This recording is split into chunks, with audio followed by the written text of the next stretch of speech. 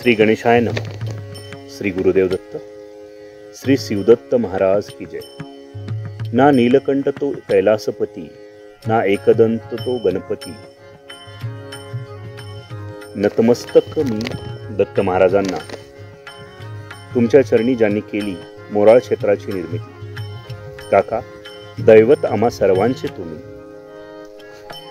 श्री अवधूत चिंतन श्री गुरुदेव दत्त.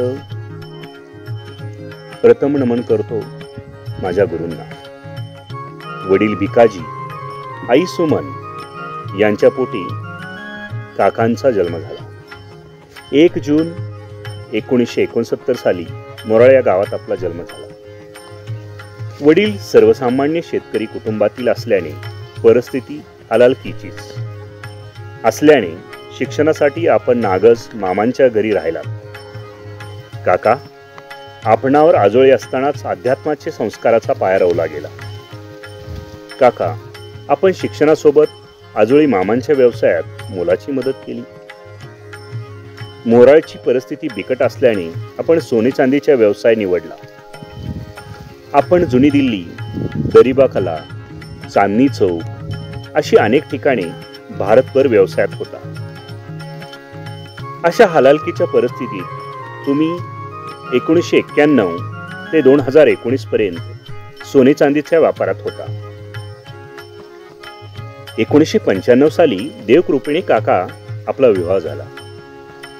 1996 साली गोड गोजिरी सुंदर कन्यारत्न प्राप्त झाला. आपण तिचे नाव पूजा ठेवले. म्हणता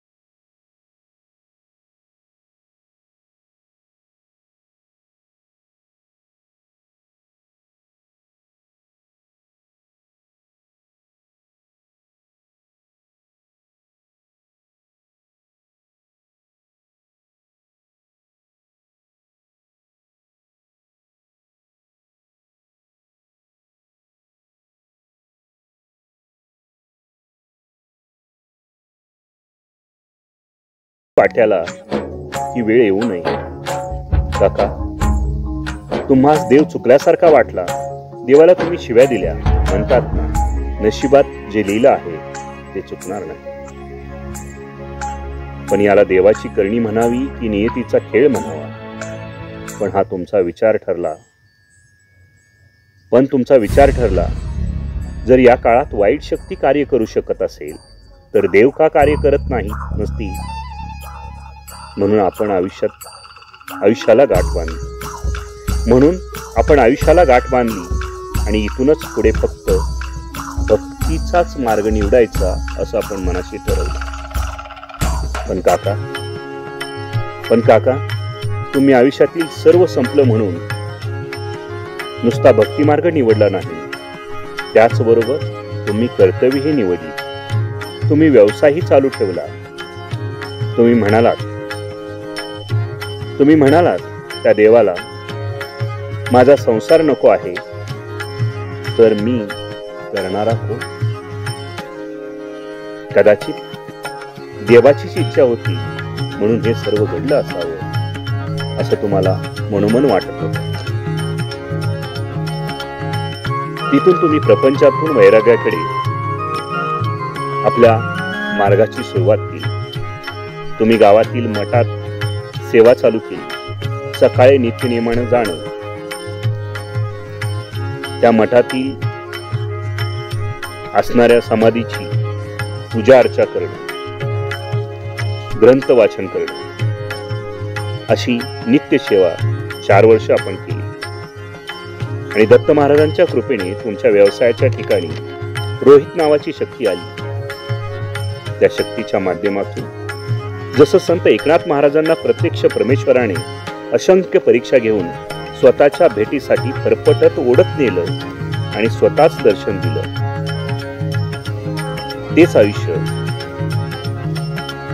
तीच घटना तुमच्या आयुष्यात घडली. दत्त महाराजांनी रोहितच्या शक्तीच्या माध्यमातून पहिल्यांदा तुम्हाला गाणगापूरला नेलं व श्री गुरु नरसिंह सरस्वती म्हणजेच दत्त महाराजांचा अनुग्रह तुम्हाला त्या ठिकाणी झाला. आणि महाराजांचा अनुग्रह झाला, तुझ्या घरी येऊन जाईल. महाराजांचा अनुग्रह झाला, दर गुरुवारी तुझ्या घरी येऊन जाईल. काय हा महिमा वर्णावा दत्त महाराजांचा. हा तुमच्यासाठी दिवस अविस्मरणीय होता. दिवस हा आनंद कोणत्याही मापात मोजता न येणार. तुमचा त्याग, तुमचा आपलेपणा, केलेले कष्ट, केलेली भक्ती, महाराजांच्यावर असलेली निष्ठा याचं ते फळ होतं. पण ते आता समजतं की आम्हा सर्व सेवेकऱ्यावर महाराजांनी केलेला उपकार होता. जगत कल्याणासाठी खूप मोठा अध्याय महाराजांनी घडवला होता. कदाचित जे काही घडलं ते ह्या एका क्षणासाठी होतं असं कदाचित तुम्हाला वाटलं असेल. 2007 पासून महाराजांचे प्रत्यक्ष आगमन, घरी येण्यास सुरुवात झाली. प्रत्येक गुरुवारी महाराज घरी येणार म्हटल्यावर काका तुमचा आनंद गगनात मावेना. जसं आईला बघितल्यावर बाळाला आनंद होतो, जसं गाईला बघितल्यावर वासराला आनंद होतो, तसंच काही तुम्हाला काका होत असत. पण महाराज गुरुवारी घरी आले तर आणि आले, पण महाराजांनी परीक्षा घेणं काही थांबवलं नाही. कदाचित महाराजांना तुम्हाला आध्यात्मिक घडवायचं होतं. कठोरात कठोर परीक्षा तुमच्या झाल्याच, पण तुम्ही डगमगलात नाही, नित्य सेवा सोडली नाही, महाराजांना कोणतीही तक्रार केली नाही. प्रत्यक्ष तुम्ही आपलं कर्तव्य म्हणून महाराजांची सेवा करत राहिला. याचंच फळ म्हणून महाराजांनी गुरुवारी प्रत्यक्ष संवाद चालू केला. प्रत्यक्ष महाराजांनी 28/5/2009 साली सायंकाळी 6:40 आपणास गुरु आज्ञा आली. यात जीवनाचं पूर्ण सार होतं. भक्ती मार्गातील हा खूप मोठा महाराजांचा संवाद. या पलीकडे कोणत्याही गोष्टीचं मूल्य नाही. जसजसा भक्ती मार्ग वाढत गेला तसतसे मार्गाची तीव्रता वाढत गेली. जसा भक्तिमार्ग वाढत गेला तसतसं मार्गाची तीव्रता वाढत गेली. तसतसे महाराजांच्या आज्ञा येत गेल्या व जग कल्याण होत गेलं. या क्षेत्री येणाऱ्या सर्व भाविकांना तुमचं मार्गदर्शन लाभत गेलं. महाराजांचे आशीर्वाद लाभत गेला. असंख्य भक्तांना महाराजाची अनुभूती व प्रचिती आल्यामुळे व बंडूदादामुळे आपण सर्व सेवेकऱ्यांना सेवेचं फळ म्हणून महाराजांनी स्वतःचा अंश म्हणून शिवदत्त महाराजांचा जन्म बंडूदादा व प्रियंका वहिनी यांच्या पोटी झाला. महाराजांनी स्वतःचा अंश म्हणून शिवदत्त महाराजांचा जन्म बंडूदादा व प्रियंका वहिनी यांच्या पोटी घडवून आणला व सेवेकरांचे व सर्व भक्तांचे आयुष्य सार्थकी झाल्याचं समाधान आम्हा सर्वांना लाभलं. काका, तुम्ही सर्वांना सांगता मला कशाचाही मोह नाही. आयुष्यात काही कमवायचं नाही. माझ्या मांडीवर प्रत्यक्ष देव खेळतात, प्रत्यक्ष शिवदत्त खेळतात. या पलीकडे जगात कोणतीही संपत्ती नाही असं आपण नेहमीच म्हणत असता. काका, शेवटी एवढंच सांगतो, आम्ही महाराजांना प्रत्यक्ष पाहिलं नाही. आम्हाला तुमच्या रूपाने महाराज दिसतात.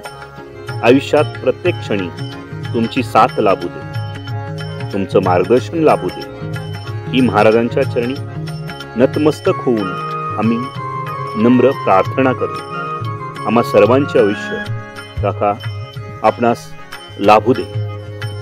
काका, आपणास आम्हा सर्व सेवेकऱ्याकडून वाढदिवसानिमित्त आम्ही महाराजांच्या चरणी अभिष्ट चिंतन करतो आणि मनपूर्वक खूप खूप शुभेच्छा देतो.